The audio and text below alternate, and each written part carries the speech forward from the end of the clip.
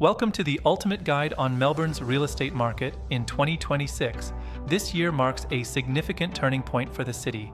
Melbourne is entering a full recovery phase, transitioning from a period of relative underperformance into one of renewed growth. Forecasts suggest a 6 to 7.7% rise in house prices during 2026, outperforming many other capital cities.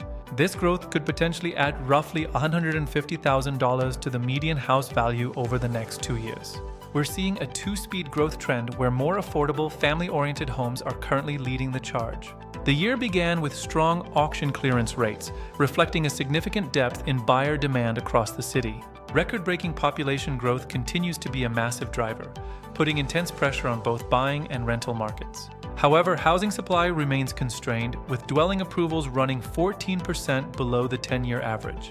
Compared to Sydney and Brisbane, Melbourne offers better relative value, attracting buyers looking for more affordable opportunities. Expectations of stable or falling interest rates in 2026 are supporting buyer confidence and improving borrowing capacity. Investor activity is also on the rise, accounting for roughly 32% of housing finance in late 2025.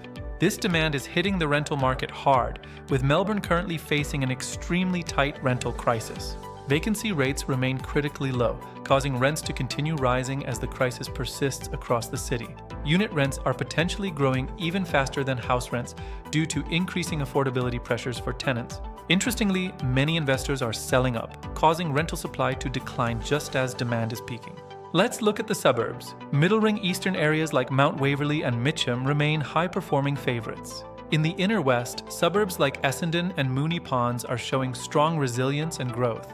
Outer growth corridors like Rockbank and Clyde North are booming, driven by young families and first home buyers. Areas with new infrastructure and upgraded transport links are seeing the most significant appreciation in value.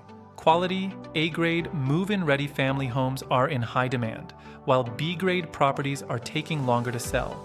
For apartments, older style blocks with fewer units are currently preferred over large high-rise towers. Investors should be aware of rising land taxes and strict tenancy regulations, which are making some more cautious. Despite these challenges, Melbourne is considered a top long-term play due to its lower price-to-income ratio. Look for properties that allow for value adding, such as renovation or subdivision, to maximize your returns. Targeting areas with strong transport links ensures your investment remains desirable for both renters and future buyers. For buyers, entry-level houses in the $700K to $1 million range offer the best long-term prospects.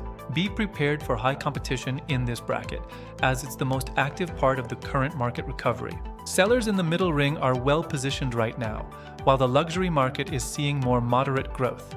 2026 is truly tipped to be the year Melbourne regains its mojo in the national property market. After trailing behind for a while, Melbourne is finally set to become a standout performer once again. Young families and first home buyers are the engine room of this growth, particularly in the outer corridors. With clearance rates remaining strong, the market stability is providing a solid foundation for the years ahead.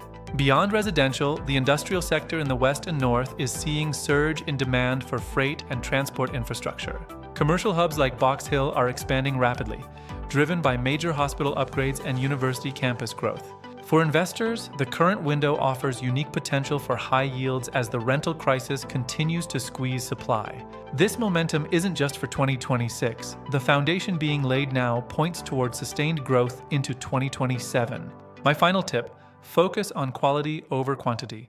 A-grade assets will always be the most resilient in any cycle. Melbourne is ready for its recovery. Whether you're buying or selling, the time to prepare is now. Thanks for watching this deep dive. Stay tuned for more expert market updates.